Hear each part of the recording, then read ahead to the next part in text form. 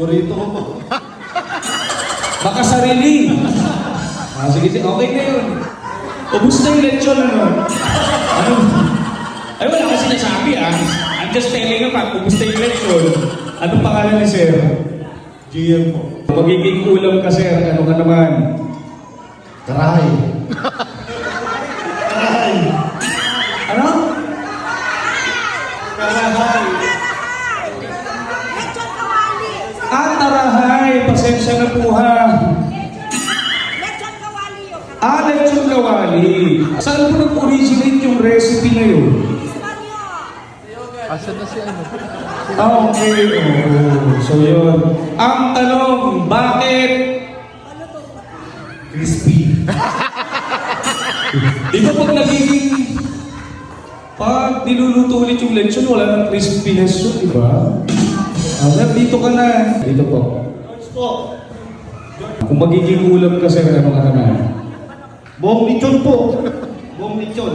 Buong lechon! Ayaw mo ng kalahati lang. Kasi para makakain po ang lahat, share your blessings. Yung mga mo. Oo nga naman, buong lechon para lahat masaya makakain. Okay na yun. Ang pangalan ni sir? Justin po. Kung magiging ulam ka, ano ka? Kilawin po. Bakit daw? Mas masarap kapag puro.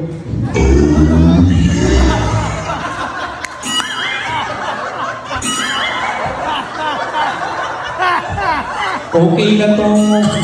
Ano pangalan ni sir? Aral. Sir Arar, kung magiging ulam ka, ano ka? Chapsuy. Bakit daw? Kasi healthy. Healthy? Ay, hindi mo sure. Depende sa ginamit na oil. Joke lang. Okay na yun, healthy. Anong pangalan ni sir? Nico. Sir Miko, kung magiging ulam ka, ano ka? Hindi. Kasi mas masarap pag mainit. Oo nga naman. Lahat naman ng ulam masarap pag nailit.